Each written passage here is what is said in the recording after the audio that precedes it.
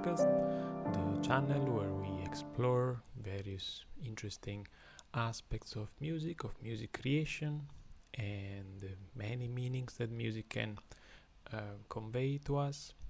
Today is the turn of one of my uh, personal favorite. I've been learning this music a long time ago, and since has been very close to my heart. This is Ravel, Tombeau de Couperin.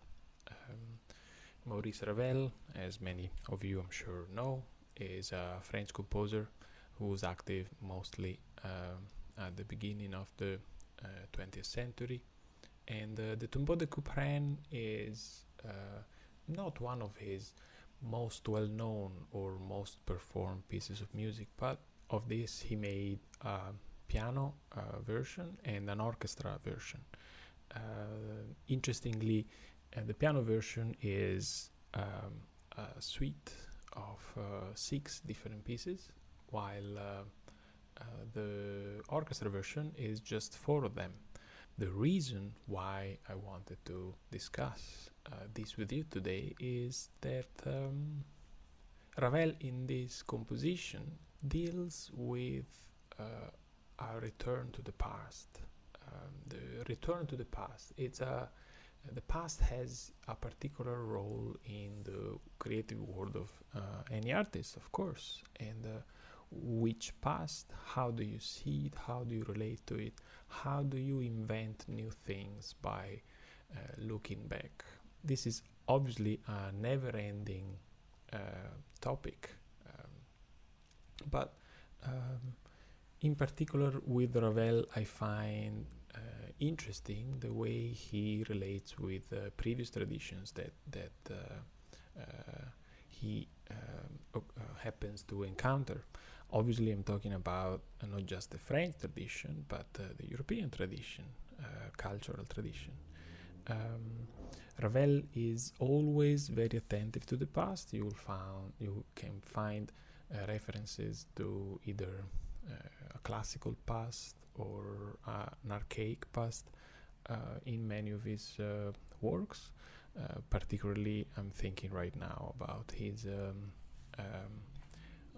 many references with waltzes. He wrote another beautiful suite called Valses Nobles Sentimentales, or the even more famous, more performed single piece work called La Valse.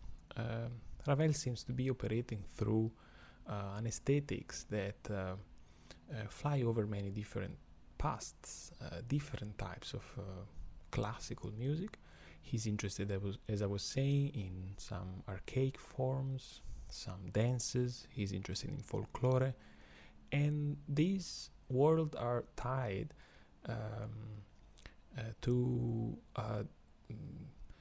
larger art current of this same period. As obviously, neoclassical composers is a thing when Ravel operates.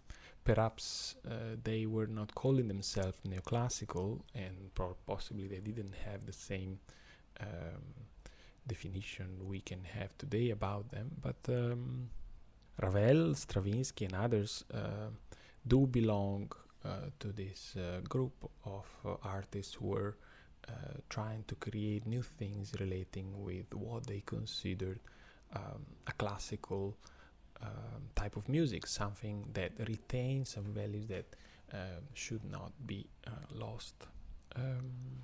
There are in his works also forms and styles that definitely break tradition. I'm talking about his employment of dissonances, so extended harmonies, his interest, his attraction, and his wide use of jazz idioms, sound and texture explorations that made his work, particularly the orchestral works, quite unmatched until his time. The Tombeau de Couperin, the work that we'll be looking at today, is an example. Seems to be a respectful celebration, an homage to the French Baroque composer Couperin. But it is, in a sense, an interesting type of homage, because the tombeau, I think, if I'm not wrong, tombeau means the tombstone, and it is a homage to what possibly not just Couperin did as an artist, as a composer, but also what Couperin represents to the French music of Ravel's time. It sounds like a work of reverence for a larger, broader, ancient world of aesthetic ideals that are now gone. I'm talking about the early 1900s. I think this piece, the Tombeau de Couperin, was first published as a piano piece in 1918. So the the 6 pieces that compose this suite are a prelude, which is quite a typical way of classical and pre-classical, particularly composer, to start a work with a prelude, then a fugue, a forlan. The forlan is a very unique type of composition, because the only other reference, significant reference in music repertoire of a forlan, is by the same composer, Couperin, which included one in his one of his concert Royaux. I think that's how you pronounce it. But forlan typically, traditionally, I mean, I had to look it up, because it's even though it's an Italian folk dance from Friuli, which is a northern region of Italy, it's a very let's say mysterious type of dance. It's not absolutely well known or well employed by composers, and similarly the next composition, the next piece, is called Rigodon. It's a lively duple meter dance, and also this one has been also included. A Rigodon has been also written by Couperin in another of his concert Royaux. And to finish, we have a minuet and a toccata. Toccata is a type of composition, a type of instrumental work mainly, that has a longer tradition, particularly in early Baroque keyboard music, tends to have virtuosic improvisational style. In modern times, particularly, remember the Schumann toccata has become a sort of a technical piece, similar maybe to a fantasy or a prelude.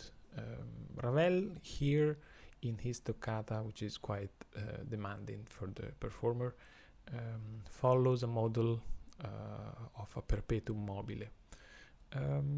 So here we have the 6 pieces that compose this Tombeau de Couperin: prelude, fugue, forlan, rigodon, minuet, and toccata. I wish we had the time to talk about each one of them, but I'm gonna pay most attention to the minuet, because I believe through the minuet we can have a better sense of not only Ravel's personal relation with the past and how the past informs and inspires his creativity, but also why would the past be so important somehow for our inspiration, for our imagination. This particular case is not just any past, like a personal memory or a family event, but is a larger past, is a classical past. And the minuet is the piece in the collection that mostly refers to the classical period. It's a free 4 dance belonging to the aristocracy. It's elegant, it's usually moderate tempo, and it's meant to accompany and represent through a social dance the well-educated manners of the aristocratic participants. So, in a sense, the minuet is possibly one of the most self-referential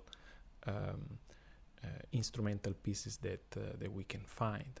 Earlier, it was a dance, and later on, it became a piece just to listen to. Mozart, Haydn, Beethoven wrote plenty of minuets, referencing, hinting at that aristocratic world. It became then a strong musical form. It evolved, it transformed, but since the 1700s, that was a form that was performed aside from being danced. Ravel, in this case, writes a small object of contemplative beauty. This is how I would define it. I strongly recommend the orchestra version. I will make sure that I add a link to it. So let's see how this goes. I'm gonna start with the first phrase.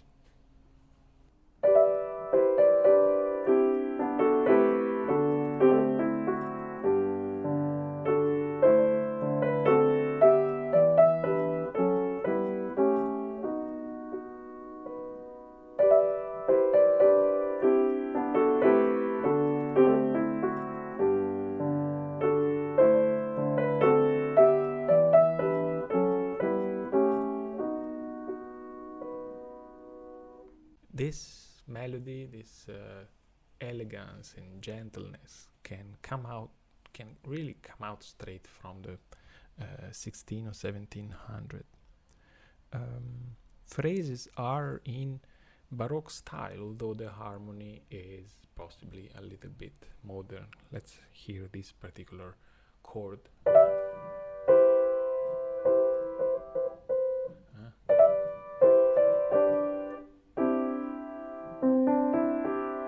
This is harmony quite impossible for the 1700.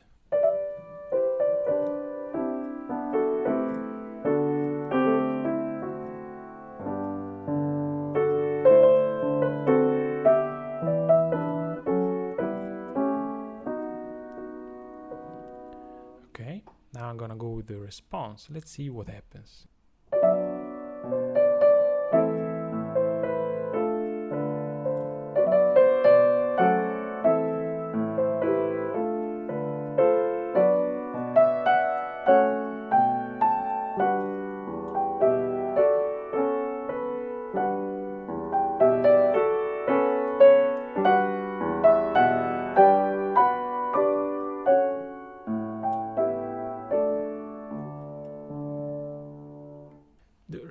Is not as square as the opening.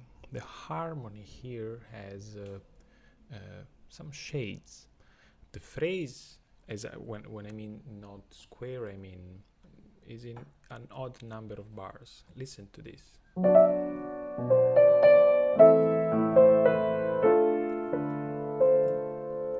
And this is the end of the phrase, which is a bit odd. One will expect a fourth bar.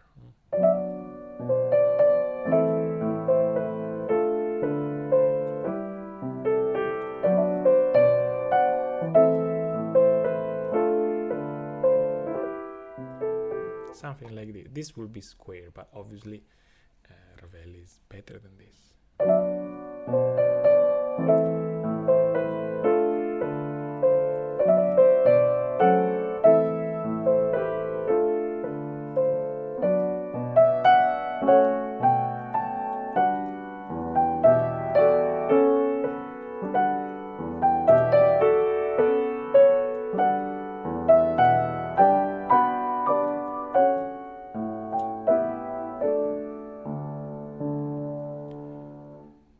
Harmony too is not as linear as we would expect from a Baroque piece. Notice, for example, chords such as this.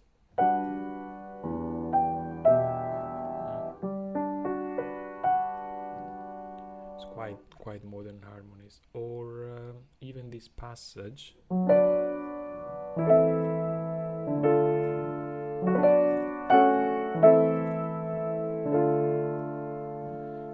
it's quite modern. It's quite rich.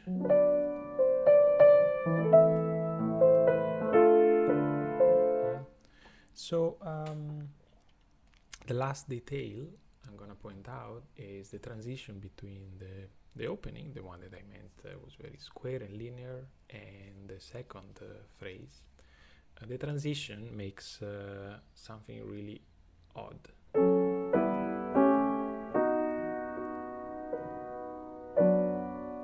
From major to minor. Right? That's absolutely against all the rules of classical music writing. So you probably agree there is a slight sense of disorientation in this response. Looks like it's either a modern man looking into the past, or a man from the 17th century dropped in the 20th century. There is this 200 years of gap.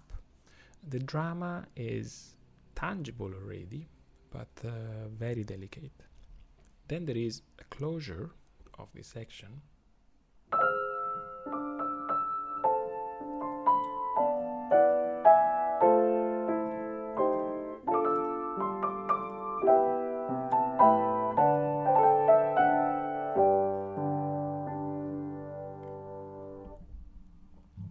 It's square again, but however, the shades are there again. Notice these chords. How ambiguous.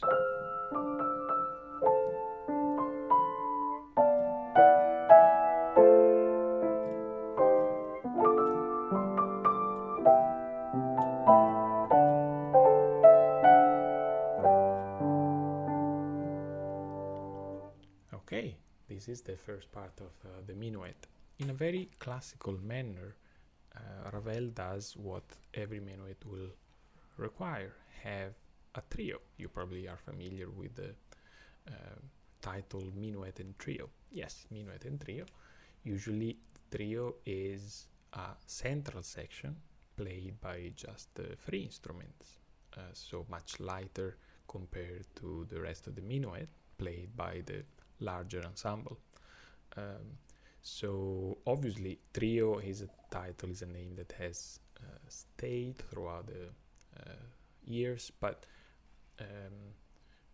just to define the central section of a minuet. In this case, though, the trio is called musette, which is another very delicate type of dance. Let's see what happens during this musette.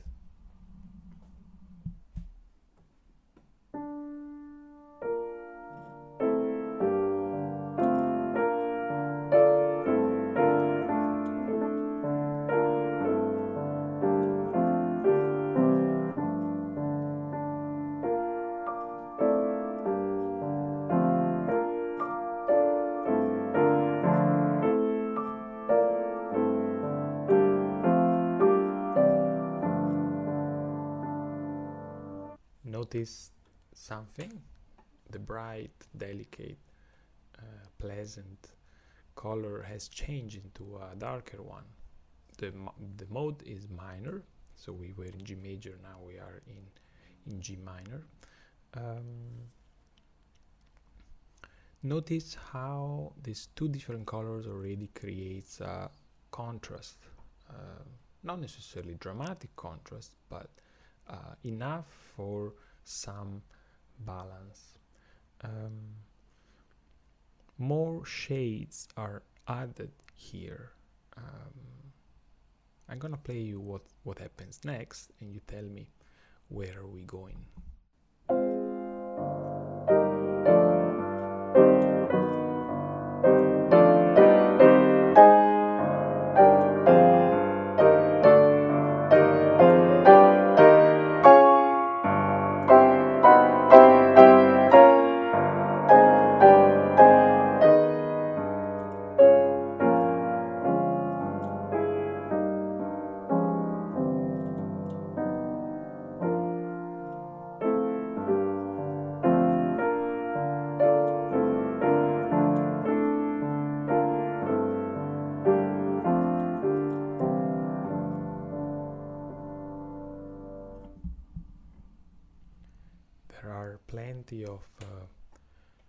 is plenty of drama here. More chromaticism and dissonances are added. So, from a light, elegant, aristocratic picture we were presented in the very beginning, now we are moved to a subtly dark one. Darkness insinuates. The melody transforms into something a bit shapeless. The accents become unpredictable.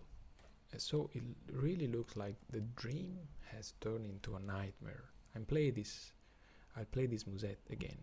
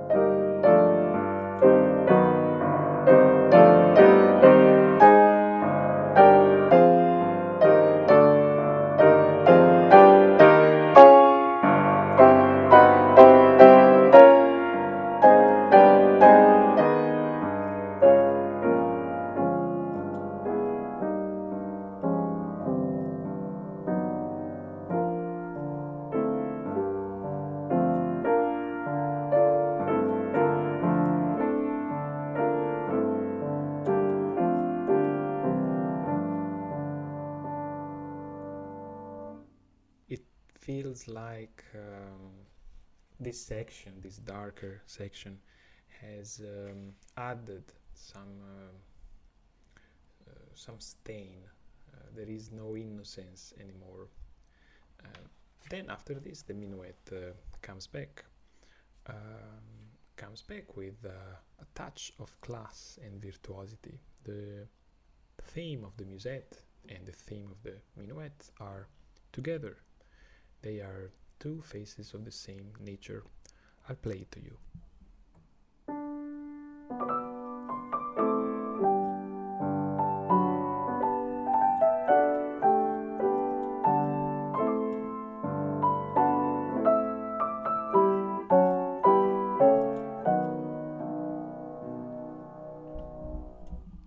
Could you hear?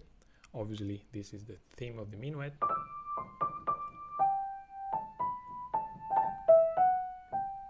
And here is the theme of the musette.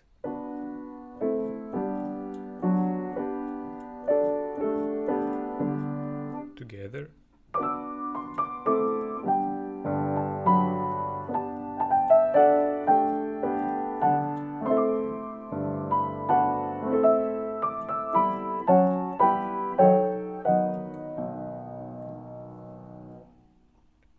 It is elegant.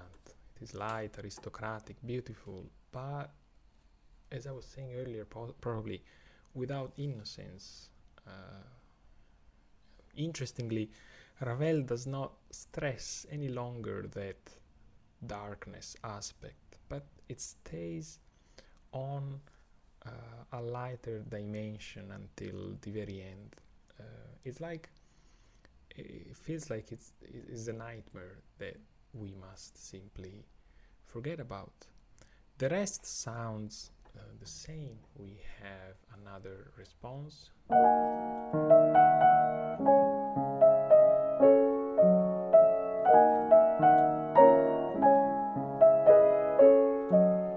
Which we have heard already, and this is a pretty fairly exactly the same transcription of what happened before, just in a different key. Particularly, I want to point out that the first phrase of the recapitulation, if we can call it this way, ends on a B major chord.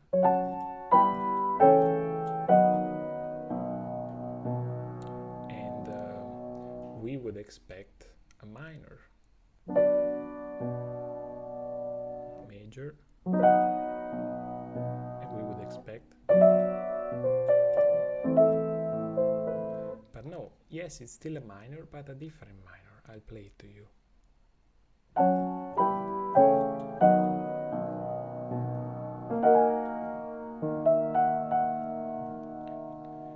it's subtle differences, subtle variations. I'll play to you the two different options. So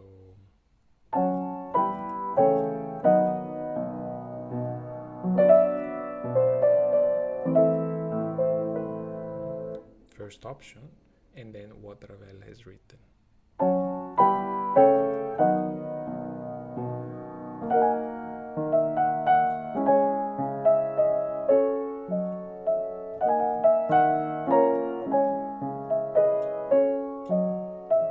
Why transcribe the whole thing in a new key when he could have very well copied and pasted from before?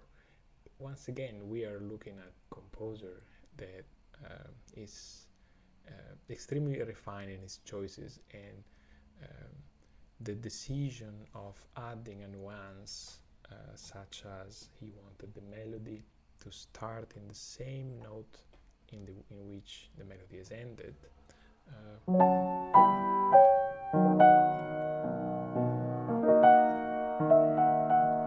That would lead him to transcribe the whole thing on the new note. This makes it obviously a bit harder for the player, but the listener would somehow absorb, kind of, I suspect, a bit unconsciously, this little nuance. Will not hear it exactly what it is that makes it sound the same, but yet different from before.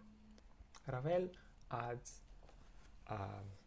closure of the entire minuet, and it sounds like this.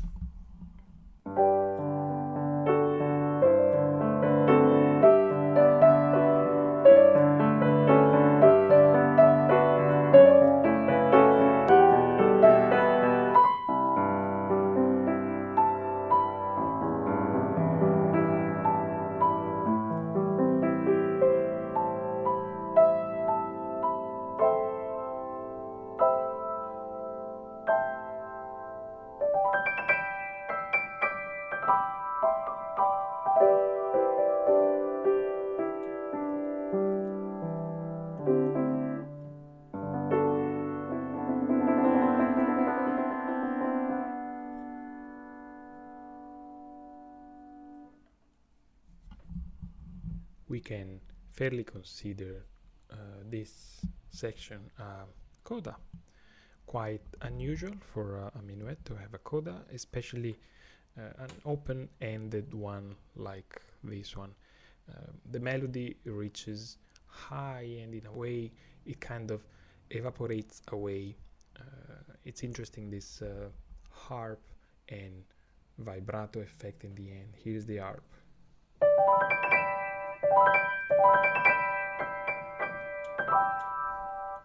And this vibrato in the end.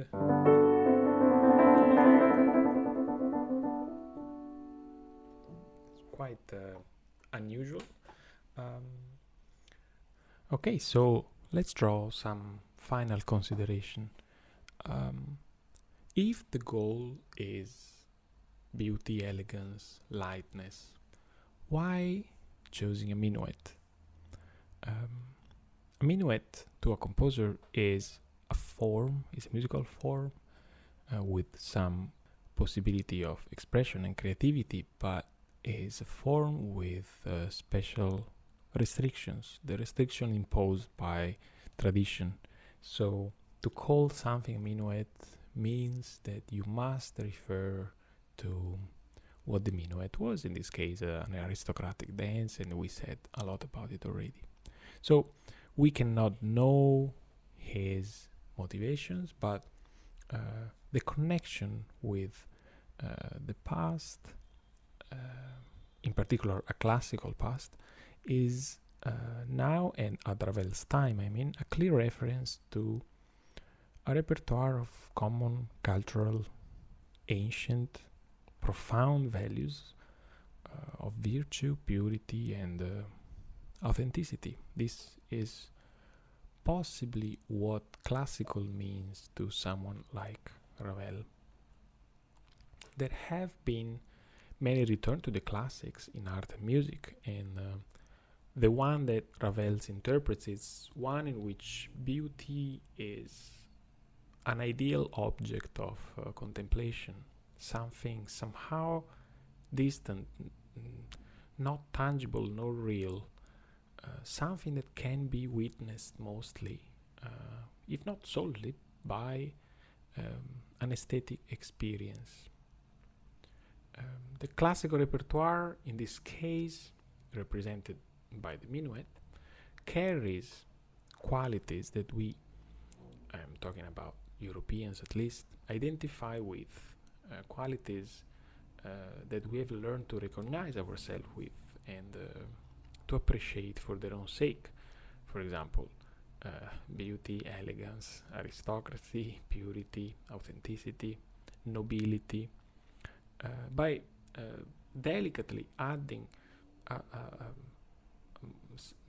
a level, a layer of more nuanced sounds and shaded colors, and possibly a less positive development, he's offering us the opportunity to look a bit deeper into this object of contemplation and not just appreciating its beautiful surface, which obviously is very beautiful. Is to the senses, this is appealing, smooth, is very elegant. So, in this case, the classical minuet is at once an example of perfection in the classical sense, but also a symbol, possibly, of lost innocence, social manners that have lost their meaning, empty facades. There is a sense of melancholy that travels through this small piece. This is what we might be nostalgic about, though. Beauty that once was filled with purpose, virtue, meaning, that has shaded with time, has been somehow corrupted. Possibly Ravel is nostalgic about that too. But I find it very significant that the piece does not take the place, the form of a statement. Ravel is not trying to shake our senses by showing the corruption, the evil, the ugliness, and by perhaps pushing our ears into ideas of good versus bad. It's not making a statement trying to suggest we should maybe combat the spread of ugliness in the world. But Ravel is just showing us beauty. Ravel accomplishes what only the best artists are capable of doing, which is allowing us to choose freely how deep we want to find meaning in it. We can just question the origin and the meaning of this beauty, as we have been doing throughout this podcast. What is it? Where it comes from? Or we can just stay on the surface and let our senses enjoy the beauty, the elegance. And there's no either or. Ravel allow us to do one or the other. Other composers have in the past operated with a similar attitude, like thinking, for example, Shostakovich, whose music could have been read equally well as a critique or as a celebration of the communist dictatorship.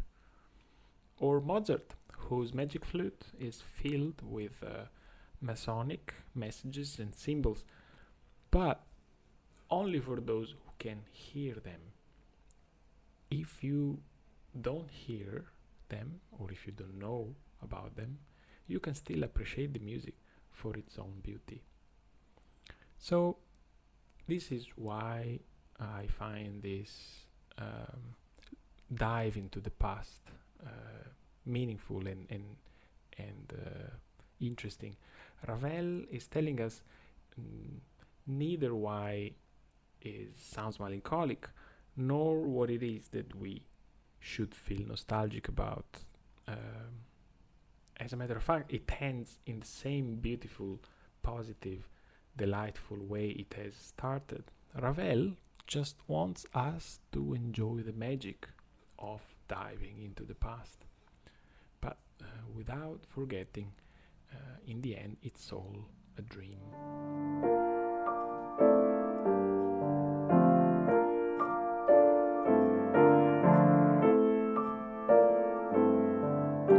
Thank you for staying with me today, looking at the Minuet from the Tombeau de Couperin. There will be a link to a few versions of it. I encourage you to listen to them, particularly the one for orchestra. Ravel was not just extremely unique and fantastic composer, but he was also an exceptional orchestrator. He was able to transform pieces not originally written for orchestra. He was able to transcribe them for the many different sounds that an orchestra have, adding many more layers of interpretation. A number of his works are written for piano and for orchestra as well. Particularly famous, I'm sure you're familiar with it, is the picture of an exhibition by Modest Mussorgsky that is equally famous in the piano solo version, written originally by the composer Mussorgsky, but also the orchestra version that is performed often, I would say, still nowadays, was originally written by Ravel. So, with this in mind, I'm going to perform this Minuet. I hope you enjoyed today. I look forward to our next appointment with Where is the Music podcast.